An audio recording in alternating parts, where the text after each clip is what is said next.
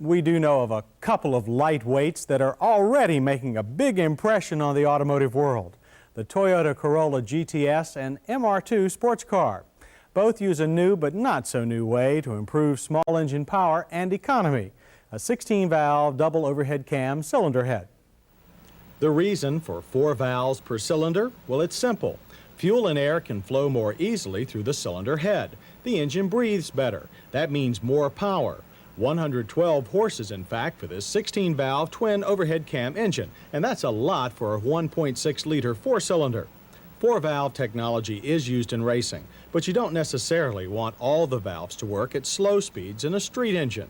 So Toyota came up with a variable induction system which shuts off the flow to 1 pair of valves at each cylinder until the engine revs above 4,300 RPM. We got our first chance to sample this new engine in the carmaker's newest model, the MR2. Here's another party's version of the inexpensive mid-engine sports car. And this is a sports car, thanks to that engine, at least in part. It pushed the 2,350-pound Toyota, that's without air conditioning, through the quarter mile in just 16.3 seconds at 82 miles per hour.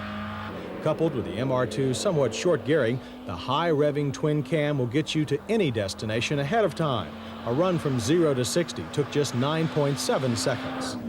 And a dash to the end of a 500-foot on-ramp, 8.6 seconds at 57. And since the MR2 begs for comparison, it is just a hair slower than a V6 Pontiac Fiero. But there's more to a sports car than a 7,500 RPM red line. There's the feeling of being in touch with the road in any situation. The brakes did their part to inspire confidence. There was some premature locking since the brakes were very new, but the MR2's 4-wheel ventilated disc averaged a short 120 feet from 55 miles per hour. You get the same good feelings in a turn. Our car's modest 185/60 14-inch tires kept overall cornering speeds down, but the MR2 does handle just like it should, like a sports car. There's minimal body roll, little front scrub, and just enough power and weight at the rear to give the back tires a chance to do some steering of their own.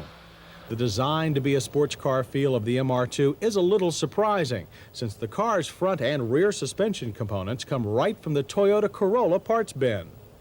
But you won't find any leftovers inside. What you will find is good support from seats designed to hold you well in place. Also, instrumentation that has all the usual sports car readouts.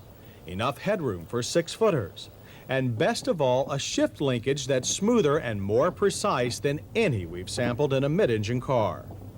We do have some complaints about the MR2. Its steering doesn't offer enough road feel, and the bodywork is a bit too creased and too cluttered with black plastic add-ons. And as you might have expected, there's a lack of luggage space. But after all, this is a sports car, and we're happy Toyota decided to build one. But if you must have room with your fun, Toyota has a solution for that too. It's called the Corolla GTS. Now it gets the same 16-valve 1.6-liter engine as the MR2. But you get room for 4 adults, and a little more, depending on whether you opt for the 2-door sedan or the more useful 3 doors of our test hatchback. Now this is a commuter car in appearance and function, but it sure isn't in spirit. Straight line performance is only a little slower than the MR2's. The GTS has the same amount of horsepower, but a few more pounds to pull around. It squirted through our quarter mile in just 16.7 seconds anyway, at 79 miles per hour. Taller gearing keeps the GTS from showing up the MR2. Still, a 0 to 60 time of 9.8 seconds is nothing to be ashamed of. Likewise, a 500-foot sprint of 9.6 seconds at 56 miles per hour. The GTS is based on the rear-drive Corolla Sport, and that's a good thing. It's nice to drive a high-performance small car that doesn't suffer from front-drive torque steer.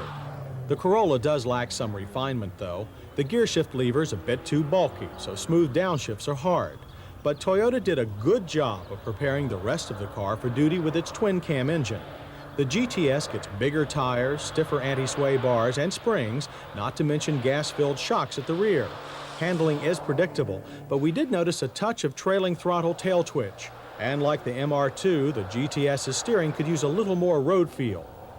But the 4-wheel disc brakes are up to their mission. Stopping distances were even better than the MR2.